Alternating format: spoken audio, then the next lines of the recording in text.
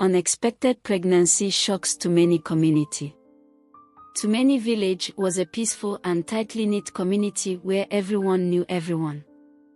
Life here was simple. Farmers tilled the land, traders sold their goods in the market, and elders gathered under the big baobab tree to share wisdom. But beneath the harmony, secrets lurked in whispers carried by the evening wind. One evening, Zawadi, a kind and hardworking young woman, sat outside her mother's hut, staring at the sunset. She had been feeling strange lately, tired, dizzy, and oddly emotional. The village herbalist, Mama Osha, had given her some herbs, but nothing seemed to help. Deep down, she feared something was terribly wrong. Early the next morning, Zawadi decided to visit Mama Osha again. The old woman observed her carefully, asked a few questions, and then sighed deeply. "My child, you are with child," she said gently. Zawadi's heart pounded. "Pregnant? How? When?" This was impossible.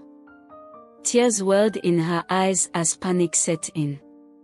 She wasn't married, and in Tumeni village, an unmarried woman getting pregnant was considered shameful. What would people say? How would her mother react?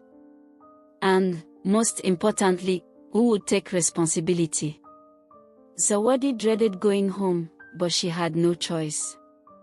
As soon as she told her mother, the older woman gasped in horror. "Zawadi, what have you done?" Mama Nima's voice trembled with disappointment. "Who is the father?" Zawadi lowered her head. She wasn't ready to reveal the truth. She wasn't even sure herself. A wave of shame and fear crashed over her as her mother began pacing back and forth. "This is a disgrace. The whole village will talk," she muttered. It didn't take long for the news to spread. By noon, groups of women at the market were already whispering. "Did you hear? Zawadi is pregnant," one murmured. "And she won't even say who the father is," another added. The village's self-proclaimed moral judge, Betrayal, shook her head. This is what happens when girls are left to roam freely instead of getting married early. The gossip grew louder, and soon, even the village chief heard about Zawadi's situation. Among those curious about the father's identity was Juma, Zawadi's childhood friend. He approached her that evening as she sat by the river. "Zawadi, I heard the rumors. Tell me, is it true?" he asked gently. Zawadi nodded, tears streaming down her cheeks. "But I don't know what to do, Juma. I don't even know how this happened." Juma frowned. "What do you mean?" Zawadi hesitated. "I don't remember. I don't remember being with anyone." Zawadi's words haunted Juma long after their conversation. How could she be pregnant and not know how it happened? He wondered. He knew Zawadi well, she was not reckless. Something about this situation didn't add up. Meanwhile, Mama Nima had decided to visit the village elders. "My daughter has disgraced me," she lamented. "I want to know who is responsible." The elders nodded solemnly, knowing this situation could not be ignored. Soon, the village chief, Mzikamba, called for a community gathering. The next morning, the entire village gathered under the ancient baobab tree. Mzikamba cleared his throat. "This matter affects us all. An unmarried woman with child is not something we can overlook." He turned to Zawadi. "My child, it is time to tell the truth. Who is the father?" Zawadi felt the weight of every gaze on her. Her hands trembled. "I don't know," she whispered. Gasps filled the air. How can she not know? someone muttered. Others exchanged puzzled looks, while some shook their heads in disapproval. As Zawadi's silence continued, different theories emerged. Some believed she was protecting someone. Others whispered that she had been bewitched. Maybe it's a curse, an elder murmured. Such things have happened before. Juma, however, was growing suspicious. He thought back to a festival that had taken place 3 months ago, a night when the village had celebrated a great harvest. Zawadi had been there, laughing and dancing, but later, she had seemed disoriented. Could something have happened to her that night? Determined to find answers, Juma started asking questions. He spoke to Amoni, a local brewer known for making strong traditional drinks. That night, did Zawadi drink anything unusual? Juma asked.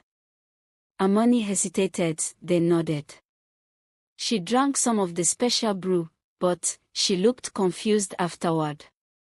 I thought she was just tired. Juma's heart pounded. Something was definitely wrong. What if someone had taken advantage of her that night? Juma went straight to Zawadi's hut. Zawadi, do you remember the festival night? He asked urgently. Zawadi frowned, trying to recall. I remember dancing, drinking a little, then everything is a blur. Juma took a deep breath. I think someone drugged you that night. Zawadi's eyes widened in horror. You mean, someone? She couldn't finish the sentence. The realization sent chills down her spine. If Juma was right, then her pregnancy wasn't just unexpected, it was the result of something much worse. As Juma and Zawadi sat in stunned silence, a soft knock came at the door. It was Aisha, a young woman who worked at the village market. She hesitated before speaking. I need to tell you something about the festival night. Zawadi's heart pounded. Aisha looked around nervously before continuing. I saw you that night, Zawadi. You weren't yourself. You were stumbling near the storage hut, and then I saw someone leading you away. Juma leaned forward. Who was it? Aisha swallowed hard. I don't know for sure. But I think it was someone we all know. Aisha's words sent chills down Zawadi's spine. Are you saying someone from the village did this to me? She whispered. Aisha nodded. I didn't think much of it then, but now I'm scared. Juma clenched his fist. We need to find out who it was. But they knew this wouldn't be easy. Whoever was responsible had kept their secret for months. They had to be careful. This was no longer just about Zawadi's pregnancy, it was about justice. That night, Zawadi lay awake, her mind racing. She tried to remember details from that night. Then, something surfaced, a scent. A strong, musky scent had been on the person who held her. It was familiar, but she couldn't quite place it. She sat up suddenly. Juma, I think I remember something, she whispered. Juma, who had been dozing off by the door, sat up immediately. What is it? She hesitated. The person who took me, they smelled of strong herbs. The kind used in hunting or healing. Juma's eyes darkened. That narrows it down. The next morning, Juma and Zawadi walked to the home of Jabari, the village's best hunter. His hut was always filled with the scent of herbs he used to mask his presence while hunting. Jabari greeted them casually. What brings you here? Juma studied him. We just wanted to ask, where were you on the night of the festival? Jabari raised an eyebrow. Why are you asking me this now? Zawadi's stomach turned. Something about his reaction felt off. Jabari scoffed. Why are you asking me about a night that happened months ago? His voice was calm, but his hands fidgeted, a nervous habit Zawadi had seen before. Juma didn't back down. Because someone took advantage of Zawadi that night. And whoever it was, they smelled just like you. Jabari's face darkened. You're accusing me, he spat. Zawadi's pulse raced. Was it guilt or just anger? That night, something strange happened. When Juma went back to confront Jabari the next morning, he found his hut abandoned. Jabari was gone. The village was in shock. Why would he run if he was innocent? An elder asked. But not everyone believed he was guilty. Maybe he was afraid of false accusations, another villager reasoned. Zawadi wasn't sure what to believe anymore. All she knew was that the truth was getting closer and more dangerous. The news of Jabari's disappearance spread like wildfire. The elders gathered once again under the baobab tree, discussing what his escape meant. Does this confirm his guilt? One elder asked. Or is he running from something else? Another questioned. Meanwhile, Zawadi was overwhelmed. Everywhere she went, people stared. Some whispered that she had lied to trap Jabari. Others said she had been cursed. Juma stood by her side, but even he could feel the weight of the village's judgment. We have to find Jabari, he told her. He's the key to all of this. Juma and Zawadi decided to search Jabari's hut for clues. Inside, they found his hunting tools, dried herbs, and a half-packed bag, proof that he had left in a hurry. But what caught Zawadi's attention was a piece of cloth tucked under the mat. She pulled it out and gasped. It was a woman's headscarf, one she recognized. This belongs to Aisha. The same Aisha who had claimed to see someone take her that night. Why was her scarf in Jabari's hut? They wasted no time confronting Aisha. She was at the marketplace, selling mangoes when Zawadi approached her. Aisha, we found your scarf in Jabari's hut, Zawadi said firmly. Aisha's face drained of color. That's impossible, she stammered. Juma folded his arms. Tell us the truth, Aisha. What do you know about that night? Aisha hesitated before sighing. I didn't tell you everything.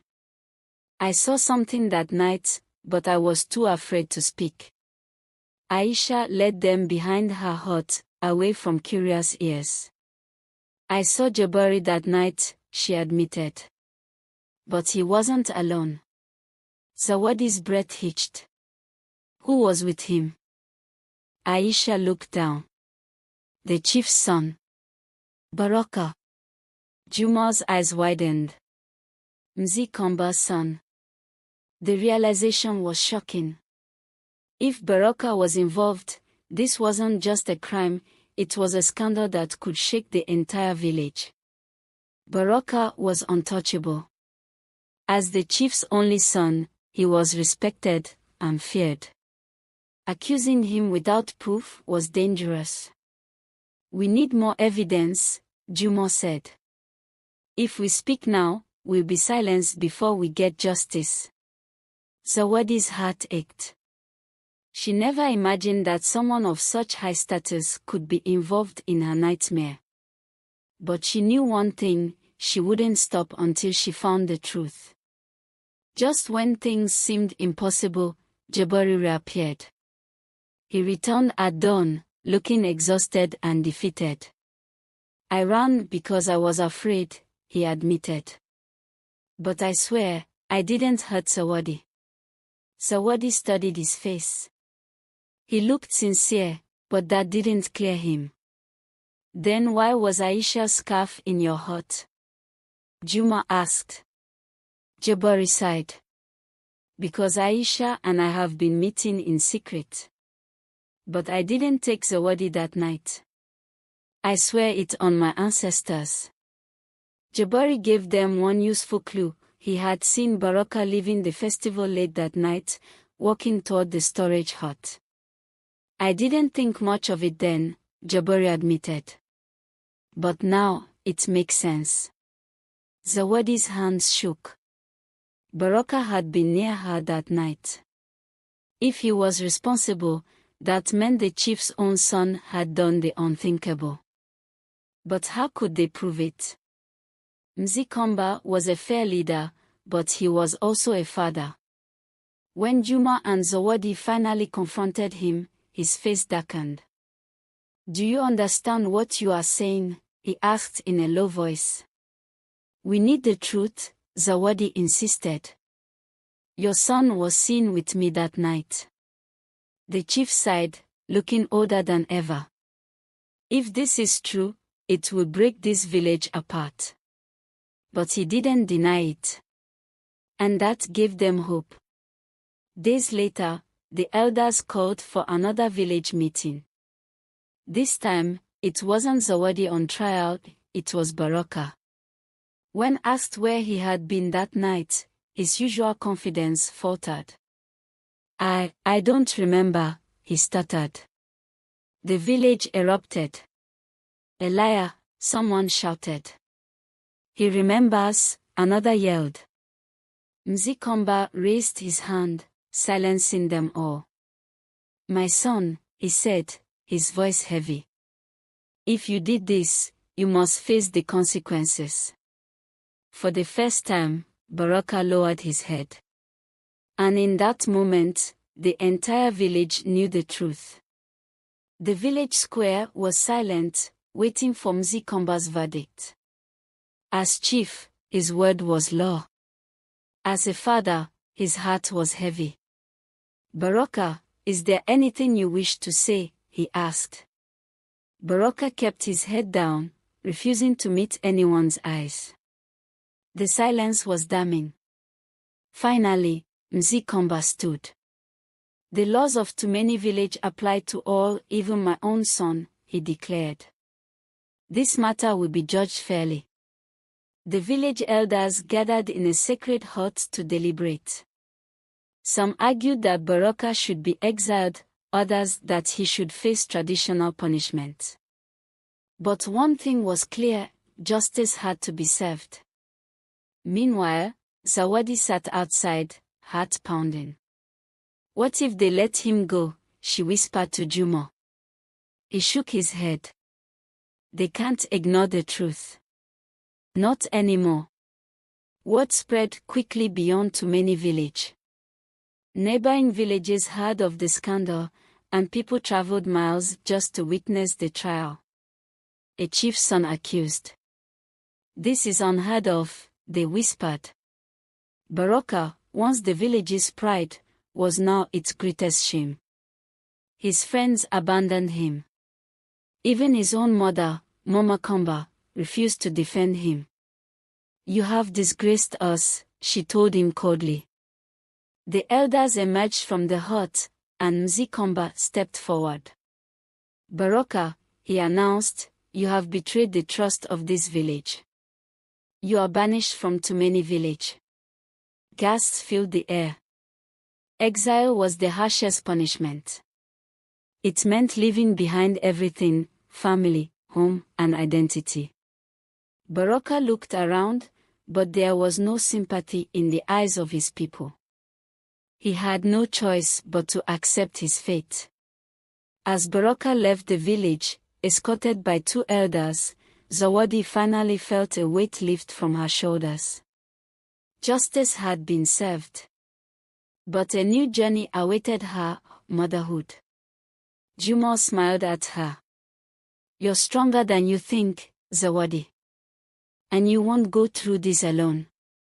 For the first time in months, she allowed herself to smile. The storm had passed. As Zawadi's belly grew, so did her confidence. Instead of shame, she held her head high. This child is not a curse, she told herself. It is a new beginning. Mama Nima, once filled with anger, softened over time. She held Zawadi's hands one evening. I was wrong to blame you, she admitted. You are my daughter, and I will stand by you. One evening, as the sun dipped into the horizon, Jumo took a deep breath. Zawadi, he said, I've been by your side through this storm. And I want to be by your side forever. Zawadi's eyes widened as Jumo pulled out a simple, hand-carved bracelet, a symbol of commitment. Will you let me be part of your future? He asked. Tears filled her eyes. Yes, she whispered. The village, once divided by whispers, now gathered in unity. A wedding was planned, not just as a marriage but as a sign of healing. Women sang as they prepared food, and elders blessed the couple. I never thought I'd see this day, Mama Nima admitted. But love finds a way. The village that had once doubted Zawadi now embraced her, proving that strength and truth always win.